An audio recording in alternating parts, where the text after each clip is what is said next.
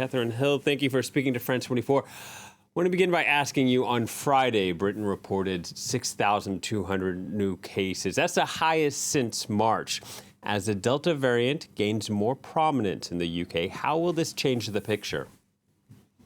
Well, actually, we do not know whether it's just a more contagious variant or whether it's also a more lethal one.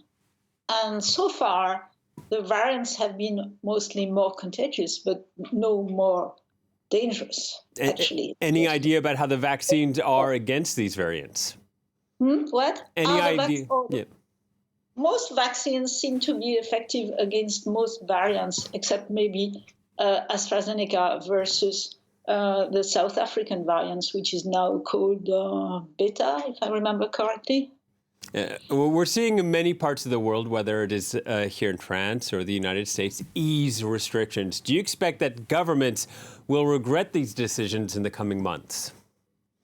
Well, I hope not. It's sort of a race between vaccinating fast enough and hoping that very nasty variants does not appear. But so far, we haven't seen very nasty variants appearing.